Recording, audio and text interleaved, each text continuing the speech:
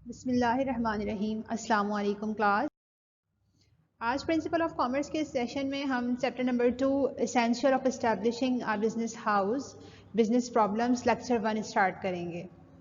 Chapter number 2 relate करता है essential से कि कोई भी कारोबार हम स्टार्ट करने चाहते हैं तो एसेंशियल्स क्या क्या होते हैं, बुनियादी ज़रूरियात क्या होती हैं, या फिर प्रॉब्लम्स कौन कौन सी हमें फेस करनी पड़ती हैं। इससे पहले वाले लेक्चर में हम कवर कर चुके थे चैप्टर नंबर 1 के हवाले से, जिसमें हमने इंट्रोडक्शन दिया था कि बिज़नेस क्या है और qualities of businessman, scope of business, और इसके अलावा डिफरेंट टर्म्स थी ब्रांचेस ऑफ कॉमर्स के हवाले से हमने स्टडी किया था।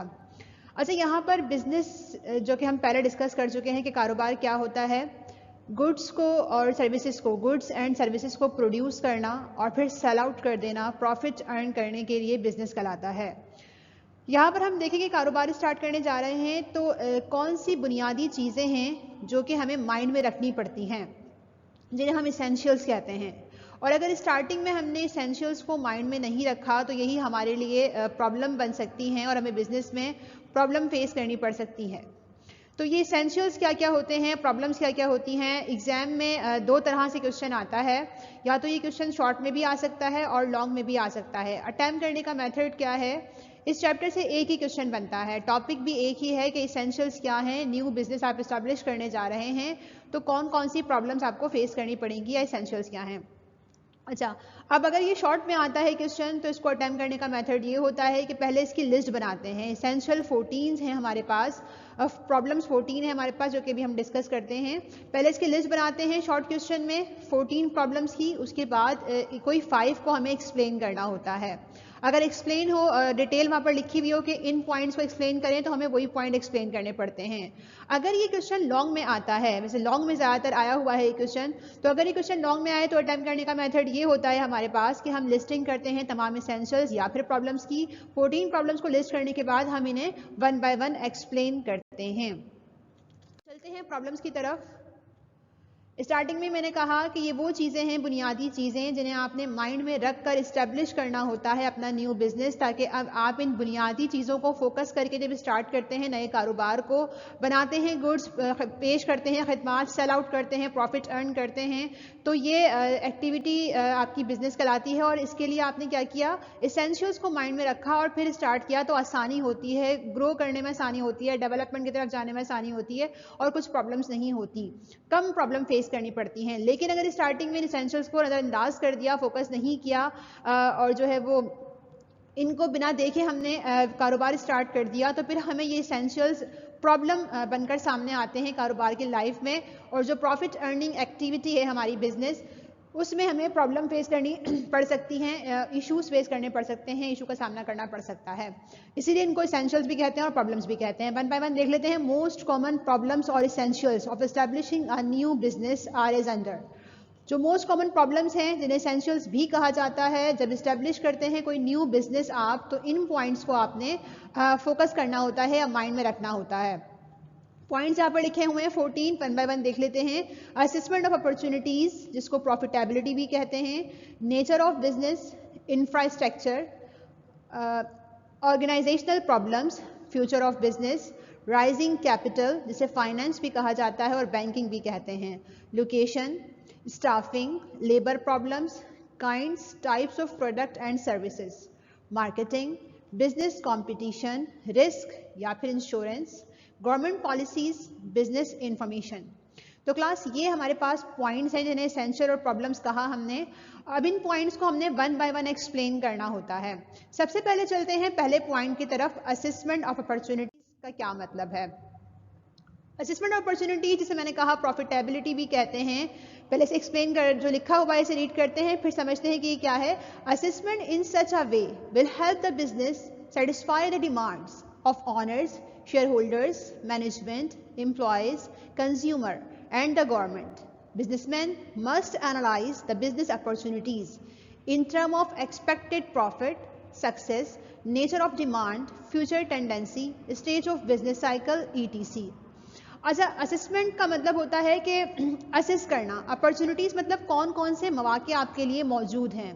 मैंने आपसे स्टार्टिंग में ही कहा स्टूडेंट कि यहाँ पर हम क्या कर रहे हैं, न्यू बिजनेस स्टार्ट करने जा रहे हैं, तो उससे पहले कुछ चीज़ों को हमने माइंड में रखना है, बुनियादी चीज़ें हमें देखनी है। तो बुनियादी चीज़ में से पहला पॉइंट हमारे पास ये हो गया कि हमें देखना है कि कौन सा बिजनेस स्टार्ट करना है, कहाँ हमारे लिए अपॉर्चुनिटीज़ हैं, कौन सा बिजनेस हमें प्रॉफिट अर्न करके देगा, किस चीज़ की डिमांड चल रही है फ्यूचर में। हमारा जो बिजनेस हमने स्टार्ट कर दिया इसका फ्यूचर क्या होगा, इस हवाले से देखना कि अपॉर्चुनिटीज़ कौन कौन सी हैं, जो कारोबार हम स्टार्ट करने जा रहे हैं इससे कितना प्रॉफिट हो सकता है, जो कारोबार हम शुरू कर रहे हैं वहाँ पर कामयाबी के चांसेस कितने हैं, जो कारोबार हमने स्टार्ट किया इसकी डिमांड कितनी है, फ्यूचर में इस कारोबार का क्या होगा, टेंडेंसी क्या रहेगी फ्यूचर में, स्टेज ऑफ बिजनेस साइकिल कौन कौन सी बिजनेस स्टेजेस से हमें गुजरना पड़ेगा। तो स्टार्टिंग के वक्त, स्टार्ट करते वक्त इस पॉइंट को हमने माइंड में रखना होता है कि हमारे बिजनेस का फ्यूचर क्या है। अच्छा, ये पॉइंट तमाम के लिहाज से होता है जो कि ये पॉइंट हेल्प करता है, असेसमेंट हेल्प करती है किस किस की, ऑनर्स की, शेयर होल्डर्स को, मैनेजमेंट को, एम्प्लॉयज़ को, कंज्यूमर को एंड द गवर्नमेंट के लिहाज से, गवर्नमेंट को भी जो है वो हेल्प प्रोवाइड कर रही होती है। तो इस तरह ये पॉइंट हमारे पास हो गए कि हमने जब भी स्टार्ट करना है अपना बिजनेस तो हमने देखना है कुछ चीज़ों को कि अपॉर्चुनिटीज़ मौके कौन कौन से मौजूद हैं हमारे पास और कौन सा बिजनेस हमें करना चाहिए। तो क्लास ये तो फर्स्ट पॉइंट हो गया। इसके बाद हम देखते हैं सेकंड पॉइंट क्या है। यहाँ सेकंड पॉइंट रिस्क है। अच्छा, मैं बताना चाहूँगी यहाँ पर आपको कि जो पॉइंट हमने स्टार्टिंग में लिस्ट बनाई थी, आप एक्सप्लेन करते वक्त इन पॉइंट्स को जो है वो चेंज कर सकते हैं, मतलब ज़रूरी नहीं है कि सीक्वेंस रिक्वायर्ड हो, पॉइंट जो है वो नंबरिंग के लिहाज से चेंज हो सकते हैं, आगे पीछे अगर हेडिंग्स हो गई हैं एक्सप्लेन करते वक्त तो ये कोई इशू नहीं है, लेकिन जो है वो डिटेल सारी वन बाय वन हमें एक्सप्लेन करनी है। तो यहाँ सेकेंड पॉइंट मेरे पास रिस्क आ रहा है। अब रिस्क को एक्सप्लेन करने जा रहे हैं हम। रिस्क का मतलब होता है खतरा। कारोबार की लाइफ में हमें बहुत से खतरात फेस करने पड़ते हैं। जो गुड्स हम प्रोड्यूस कर रहे हैं पता नहीं सेल आउट हो पाएगी या नहीं, जो गुड्स हमने वेयर हाउस में रखी हुई हैं वो केयरफुली वहाँ पर रखी हुई हैं, चोरी ना हो जाएं, वहाँ रखी हुई गुड्स में जो है वो आग लगने का खतरा होता है। ठीक है, इसके अलावा गुड्स रखी हुई हैं तो जो है वो फैशन चेंज ना हो जाए, डिमांड जो है वो डिक्रीज हो रही है, सप्लाई नहीं कर पाए टाइम पर तो मार्केट पोजीशन ख़राब ना हो जाए, बहुत सारी चीज़ें होती हैं कि मार्केटिंग ठीक नहीं की तो गुड्स सेल आउट नहीं हो पा रही है, प्राइस अप एंड डाउन हो रहे हैं, टेक्नोलॉजी चेंज हो गई। तो कारोबार की लाइफ में हमें बहुत सारे खतरात फेस करने पड़ते हैं। इसेंशियल में ये भी एक बहुत अहम पॉइंट हमारे पास है कि जब हम कारोबार स्टार्ट करने जा रहे हैं तो क्या क्या खतरात हमें फेस करने पड़ सकते हैं, इसे हमें माइंड में रखना चाहिए और रेडी रहना चाहिए उन रिस्क को फेस करने के लिए, क्योंकि अगर हम चाहते हैं प्रॉफिट अर्निंग तो हमें लाजमी तौर पर खतरा बर्दाश्त करना पड़ेगा। खतरा जहाँ हमें प्रॉफिट मिलेगा वहीं हमें खतरा भी होगा, चांस मतलब लेना पड़ता है ना हमें कि लाजमी तौर पर हम जब कहेंगे कि भाई हाँ रिस्क फेस करने की एबिलिटी है तो ही हम प्रॉफिट अर्न कर सकते हैं। अगर डर जाएंगे, रिस्क बेयर नहीं कर पाएंगे तो कभी भी आगे बढ़ना हमारे लिए क्या होगा, मुश्किल हो जाएगा। तो यहाँ पर यही चीज़ है कि जब आप कारोबार स्टार्ट करने जा रहे हैं खतरात को माइंड में रखें, उनसे जो है वो उनको फोकस करें, उनको फेस करें और उनसे लड़कर उनको फेस कर उनको जो है वो उनका सामना कर आप आगे बढ़ें। अच्छा, रिस्क के लिहाज से अगर हम बात करें तो कारोबार में दो तरह के रिस्क होते हैं, एक होता है इंश्योरेबल रिस्क और दूसरा होता है अनइंश्योरेबल रिस्क। इंश्योरेबल रिस्क की अगर बात की जाए तो ये वो खतरात होते हैं जिन्हें हम किसी हद तक कंट्रोल कर सकते हैं, जिनका हम इंश्योरेंस कंपनी हमें इंश्योरेंस प्रोवाइड करती है और इन खतरात को हम कम कर सकते हैं। अनइंश्योरेबल रिस्क वो खतरात होते हैं जो कि अनकंट्रोलेबल होते हैं, कंट्रोल से बाहर होते हैं और इनको जो है वो इंश्योरेंस कंपनी इन खतरात का इंश्योरेंस प्रोवाइड नहीं करती। तो यहाँ पर टू टाइप्स के रिस्क हो गए। जब एक्सप्लेन करेंगे तो हम हेडिंग डालकर एक्सप्लेन करेंगे कि टू टाइप्स के हमारे पास रिस्क हैं। इंश्योरेबल, जहाँ पर हम जिन खतरात को हम कंट्रोल कर सकते हैं कारोबार में वो ये खतरात होते हैं, और जिन खतरात को हम कंट्रोल नहीं कर सकते वो हमारे पास अनइंश्योरेबल रिस्क कहलाते हैं। तो ये बात हो गई रिस्क की। रिस्क को कम करवाने के लिए हम जाते हैं इंश्योरेंस कंपनी के पास, इंश्योरेंस कंपनी वाले हमें इंश्योरेंस प्रोवाइड करते हैं, हमारे खतरात को जो हमें कारोबार की लाइफ में फेस करने पड़ रहे हैं उनको किसी हद तक कम कर देते हैं, और हम इस कम करने के बदले में क्या करते हैं, उन इंश्योरेंस कंपनी के जो लोग हैं, जो इदारे हैं जो हमारे खतरात को कम कर रहे हैं, उन्हें प्रीमियम प्रोवाइड करते हैं।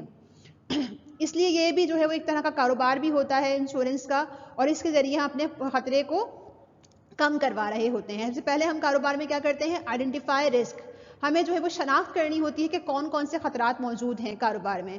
इसके बाद हम मैनेज करते हैं कि इन खतरात को किस तरह मैनेज किया जा सकता है, किस तरह सॉल्व करें, किस तरह इन प्रॉब्लम्स, इन खतरात से निमट कर हम आगे बढ़ें और डेवलपमेंट की तरफ जाएं, ग्रो करें। इसके बाद रिस्क से हम आते हैं कहाँ पर, सेफ्टी की तरफ। हम अपने आप को महफूज करते हैं इन खतरात से, ताकि महफूज होकर हम क्या करें, अपने कारोबार को आगे रन अप करते रहें।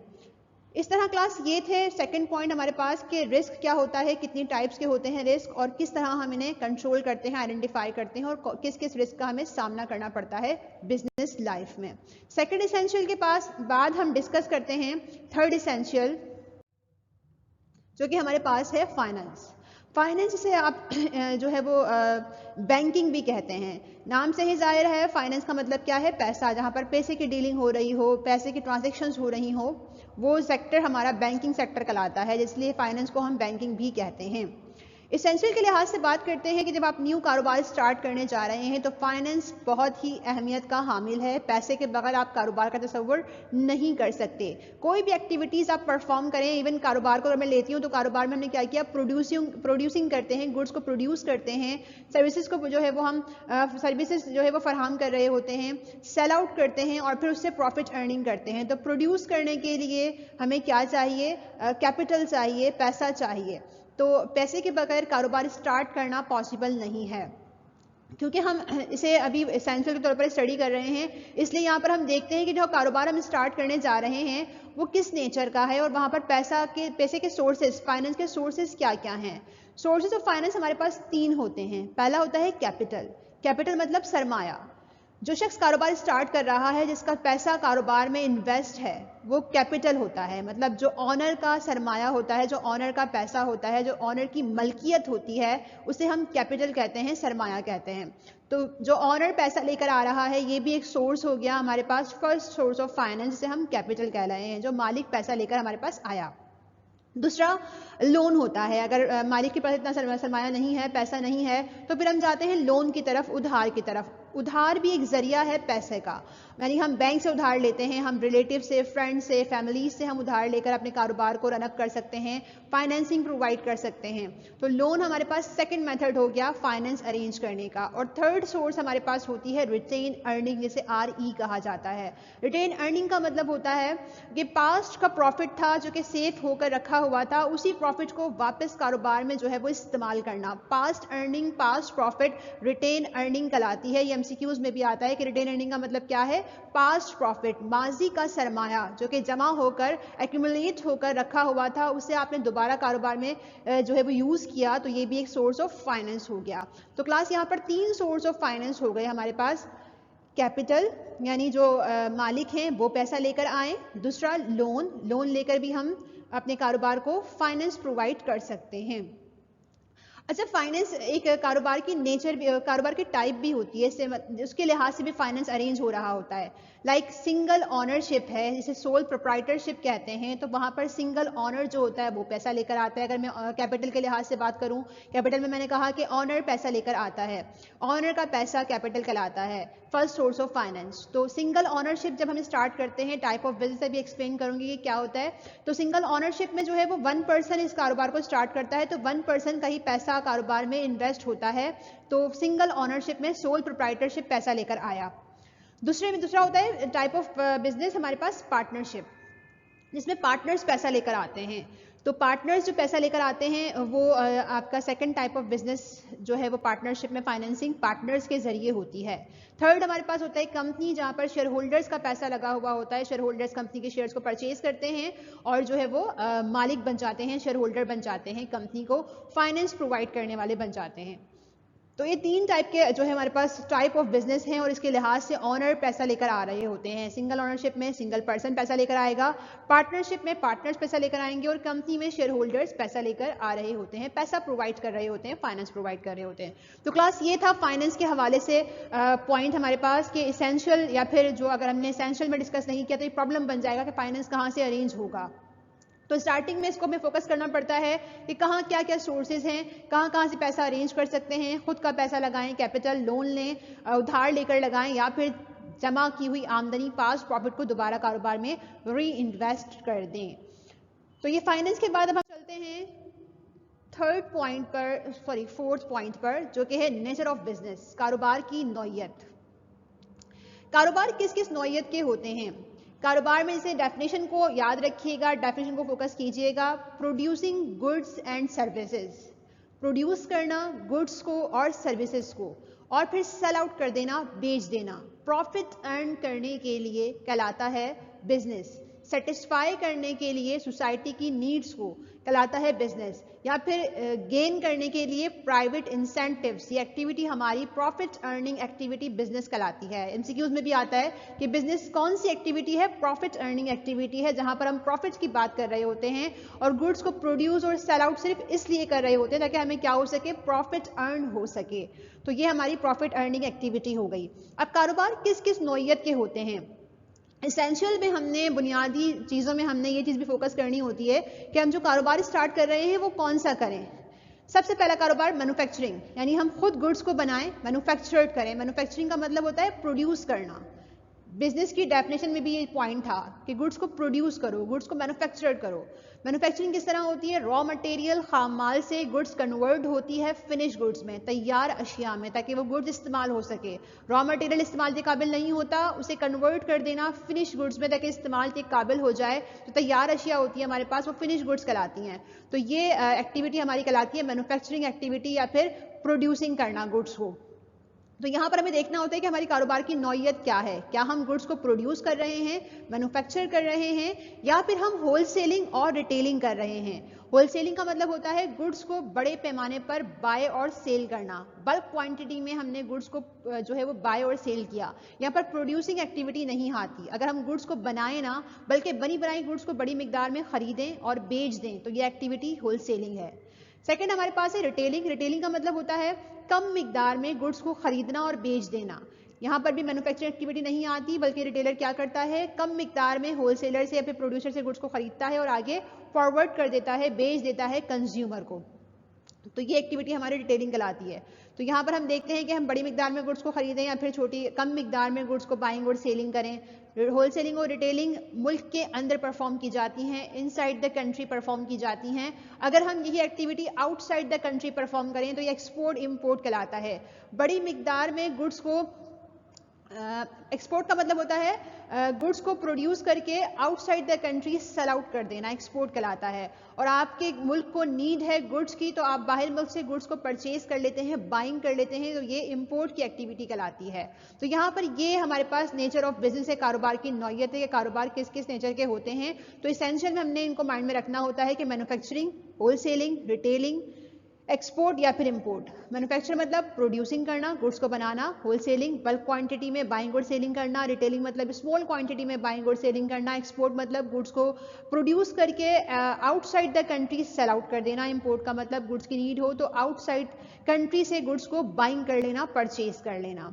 इस पॉइंट के बाद हम चलते हैं अपने अगले पॉइंट पर, अगले एसेंशियल पर, जो कि हमारे पास है बिजनेस कॉम्पिटिशन। कंपटीशन का मतलब होता है मुकाबला।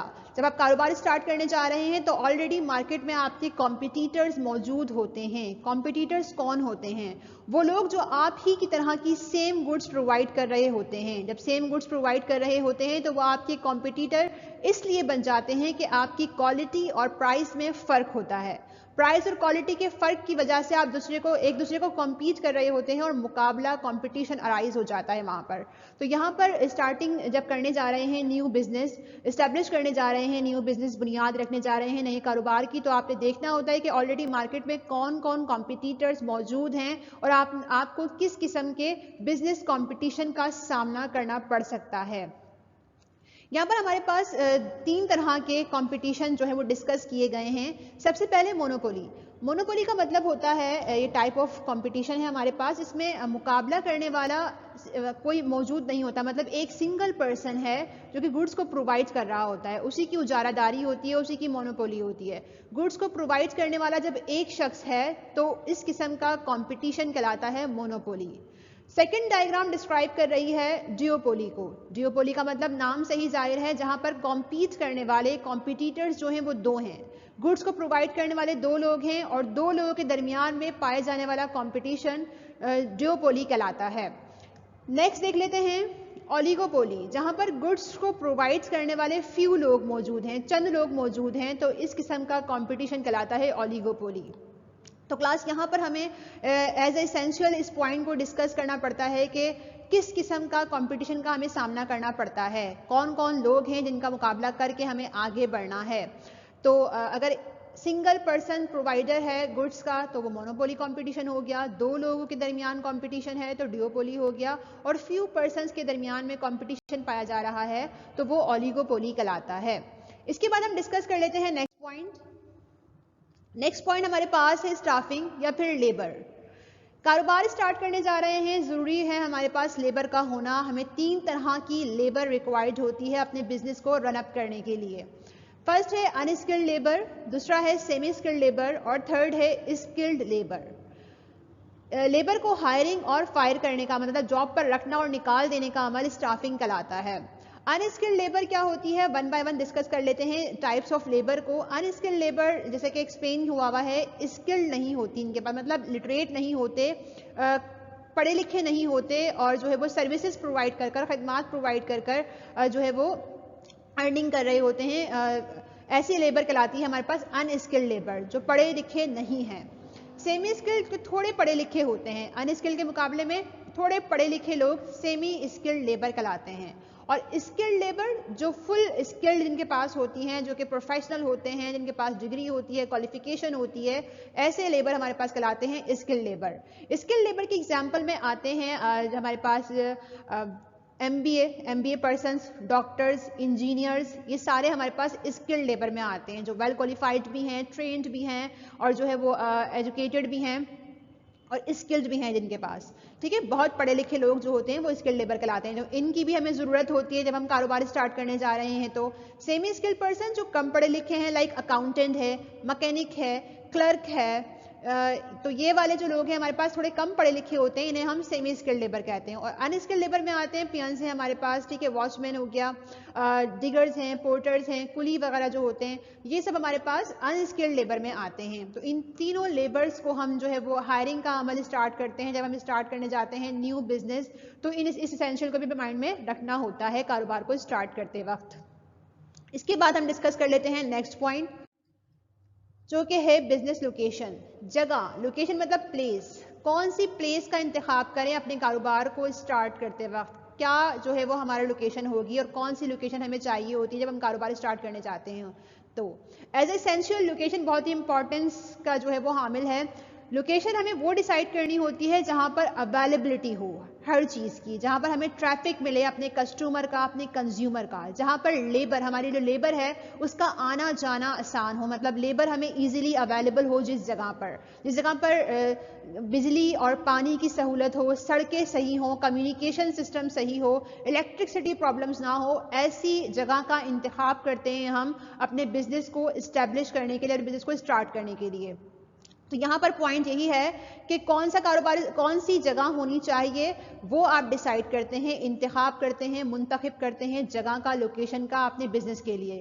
किस किस लिहाज से देखते हैं, लेबर के लिहाज से, कस्टमर के लिहाज से, कंज्यूमर के लिहाज से, मार्केट के लिहाज से कि मार्केट आपको करीब पड़े, जहाँ से रॉ मटेरियल अवेलेबल हो, यहाँ से फिनिश गुड्स अवेलेबल हो, हर चीज़ की दस्तियाबी हो, हर चीज़ की फैसिलिटी हो, तो उस जगह का आप इंतखाब करते हैं अपनी लोकेशन के लिए, क्या हो सके ठीक से आप बिजनेस की एक्टिविटीज़ को परफॉर्म कर सकें और जो है वो रन अप कर सकें। क्योंकि अगर कस्टमर नहीं होगा तो बिजनेस की एक्टिविटी बिल्कुल जो है वो बेकार है हमारे लिए, हम गुड्स को सेल आउट ही नहीं कर पाएंगे। अगर लेबर नहीं होगा तो हम गुड्स को प्रोड्यूस नहीं कर पाएंगे। अगर मशीनरी अवेलेबल नहीं है, रॉ मटेरियल नहीं है, तब भी हमें गुड्स की प्रोडक्शन में मसला होगा। सड़कें सही नहीं है, रोड्स का मसला है, वाटर नहीं है वहाँ पर, लाइट का मसला है, तब भी हमें गुड्स की प्रोडक्शन में और गुड्स को सेल आउट करने में प्रॉब्लम होगी।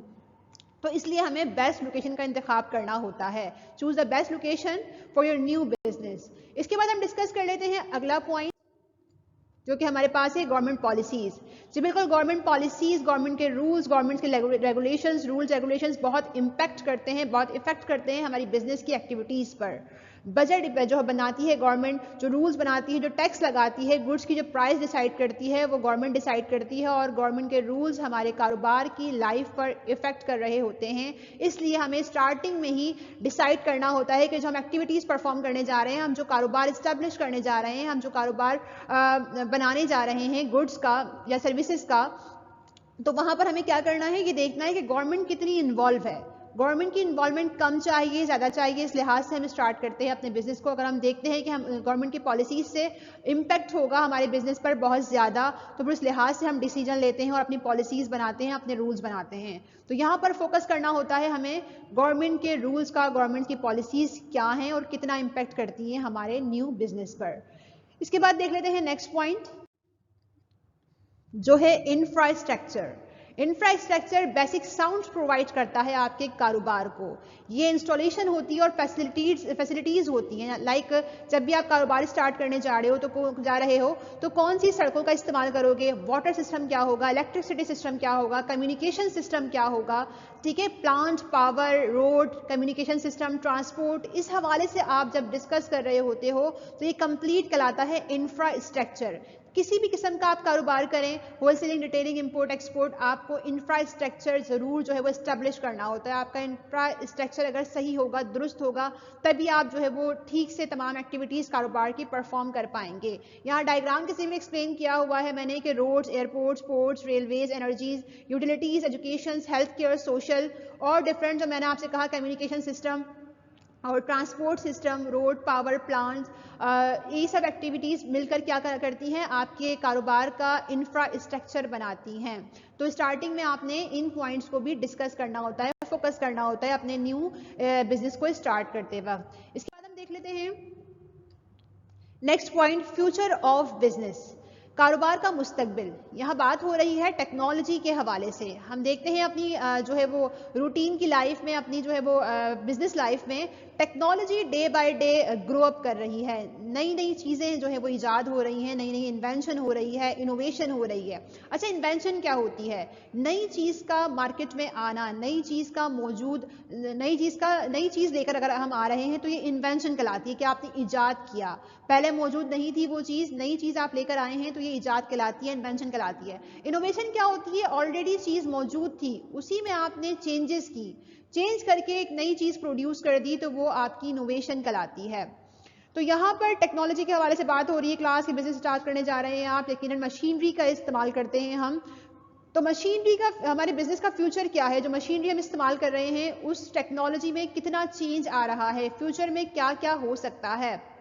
एग्जाम्पल अगर मैं दूं जो कि बुक में मौजूद है कि पहले ब्लैक एंड वाइट टीवी था, ठीक है, इंक पेन हम यूज़ करते थे। उसके बाद जो है वो क्या हुआ, कैरेमिक पेन आ गए, कैमरे वाले पेन आ गए। उसके बाद जो है वो कलरफुल टीवी स्क्रीन जो है वो आ गई। और फिर अभी मज़ीद जो है वो इनोवेशन हुई है, चेंजेस आई है, नई टेक्नोलॉजी आई है। अब टीवी के प्लेस पर क्या है, एलईडी यूज़ कर रहे होते हैं हम। मोबाइल सिस्टम पहले जो है वो कीपैड थे, अब जो है वो स्मार्टफोन की तरफ हम जा रहे हैं। तो ये चीज़ें इम्पैक्ट करती हैं। पहले पूरा सिस्टम होता था, माउस, कीबोर्ड और जो है वो मॉनिटर सिस्टम। अब जो क्या है, उसकी प्लेस, पीसी की प्लेस किसने ले ली है? लैपटॉप ने ले ली है।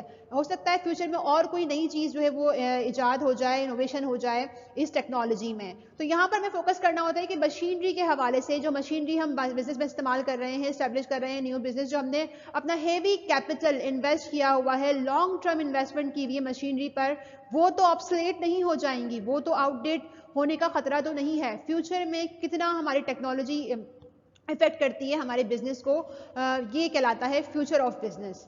इसके बाद हम देख लेते हैं नेक्स्ट पॉइंट, जो कि हमारे पास है बिजनेस इंफॉर्मेशन।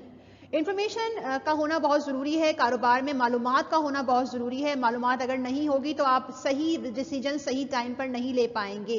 बिजनेस के लिहाज से अगर आप बात करें तो कारोबार में दो तरह की इंफॉर्मेशन रिक्वायर्ड होती है हमें। एक है प्राइमरी इंफॉर्मेशन, दूसरी है सेकेंडरी इंफॉर्मेशन। प्राइमरी कहलाती है वो इंफॉर्मेशन जो कि आप फर्स्ट टाइम कलेक्ट कर रहे होते हैं, पहले से मौजूद नहीं होती, फर्स्ट टाइम आपने एक्सपेरिमेंट किया, ऑब्जर्वेशन की और फिर रिजल्ट दिए, तो इससे हासिल होने वाली मालूमात फर्स्ट हैंड इंफॉर्मेशन कहलाती है, इसे आप प्राइमरी इंफॉर्मेशन कहते हैं। सेकंड हैंड क्या होती है, जिसे आप सेकेंडरी इंफॉर्मेशन कह रहे हैं, ऑलरेडी बुक्स में, न्यूज़पेपर्स में, मैगजीन्स में, टीवी पर, नेट पर मौजूद होती है, आप उसी को दोबारा इस्तेमाल कर रहे होते हैं अपने पर्पस के लिए, तो ये कहलाती है आपके पास सेकेंडरी इंफॉर्मेशन। तो कारोबार में आपको एज एसेंशियल डिस्कस करना होता है, डील करना होता है, फोकस करना होता है इन्फॉर्मेशन के हवाले से कि कस्टमर के बारे में मालूमात, मार्केट के बारे में मालूमात, प्राइस क्या चल रही है, डिमांड क्या है, सप्लाई कहाँ से होगी, ट्रांसपोर्ट कौन सा यूज़ करना है, रेट क्या चल रहे हैं, तमाम को आपने फोकस करना होता है, तमाम मालूमात को आपने गैदर करना होता है ताकि क्या कर सके, राइट टाइम पर राइट डिसीजन लेकर आप अपने कारोबार को आगे ले जा सकें। इसके बाद देख लेते हैं अगला पॉइंट जो है types of product and services. यहाँ पर हम डिसाइड करते हैं कि एज एसेंशियल हम गुड्स प्रोवाइड करें या फिर सर्विसेज प्रोवाइड करें। आप कारोबार स्टार्ट करने जा रहे हैं तो प्रोडक्ट मतलब गुड्स जो कि विजिबल होती हैं, टेंजिबल होती हैं, हमें दिखाई देती हैं। इसको पैक किस तरह करेंगे, पैकिंग कैसे होगी, डिज़ाइन क्या होगा, कितनी वैराइटीज़ होंगी, इसकी प्राइस क्या होंगी, ठीक है, साइज़ क्या होगा, ये सब हम डिसाइड करते हैं टाइप्स ऑफ प्रोडक्ट में। सर्विसेज में डिसाइड यही करते हैं हम कि किस तरह सर्विसेज प्रोवाइड करेंगे। तो यहाँ पर हम दो चीज़ों को फोकस कर रहे होते हैं एसेंशियल के लिहाज से, प्रोडक्ट एंड सर्विसेज, इनकी पैकिंग, इनकी जो है वो डिज़ाइन और कलर, साइज, इस सब को डिस्कस करते हैं। इसके बाद देख लेते हैं अगला पॉइंट मार्केटिंग। मार्केटिंग बहुत ही अहम पॉइंट है बिजनेस के पॉइंट ऑफ व्यू से अगर देखा जाए तो। मार्केटिंग अगर ना हो तो गुड्स सेल आउट करना मुश्किल हो जाती है। मार्केटिंग होती क्या है, प्रोडक्शन एरिया से जहां गुड्स बनी हैं वहां से कंजम्पशन पॉइंट तक ले जाने के लिए हम जो जो एक्टिविटीज परफॉर्म करते हैं, लाइक प्रोडक्शन एरिया से हम लेकर जा रहे हैं मार्केट तक, जो जो एक्टिविटीज परफॉर्म की हमने, बाइंग की, सेलिंग की, ट्रांसपोर्ट किया, यूज वेयर हाउस यूज किया, फाइनेंस हमने यूज किया, इंफॉर्मेशन यूज की, तो ये तमाम चीजें हमारी मार्केटिंग कहलाती हैं। मार्केटिंग के जरिए हमें गुड्स को सेल आउट करने में हेल्प हो रही होती है। तो यहाँ पर हम ये चीज देखते हैं, मार्केटिंग में हम 4 P's पर जो है फोकस करते हैं। बिजनेस के पॉइंट ऑफ व्यू से एसेंशियल हम 4 चीजों को देखते हैं, प्रोडक्ट, प्लेस, प्राइस और प्रमोशन।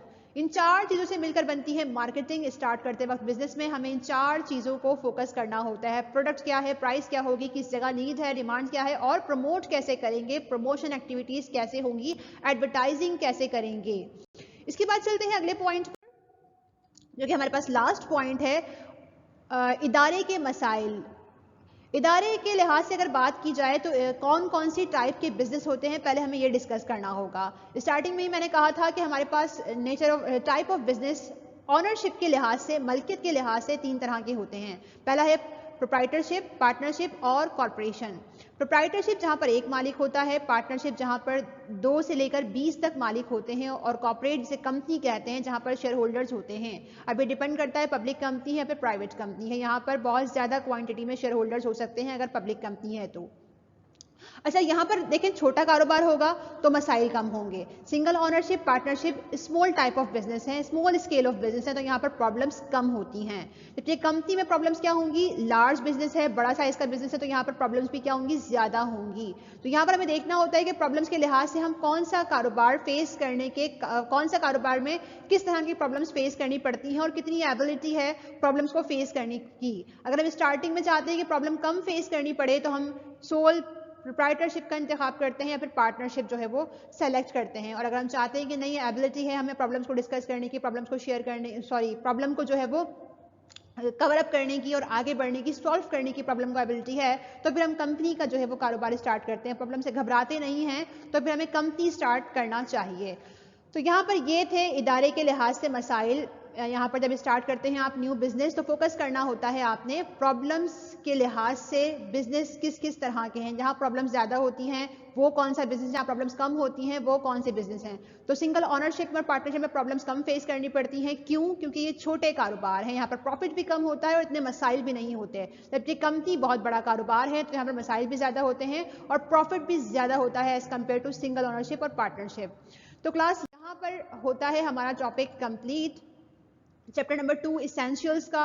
आज के इस क्लास के हवाले से अगर कुछ प्रॉब्लम हो, कोई सवाल हो तो आप डिस्कस कर सकते हैं। Thank you so much. Allah हाफिज़।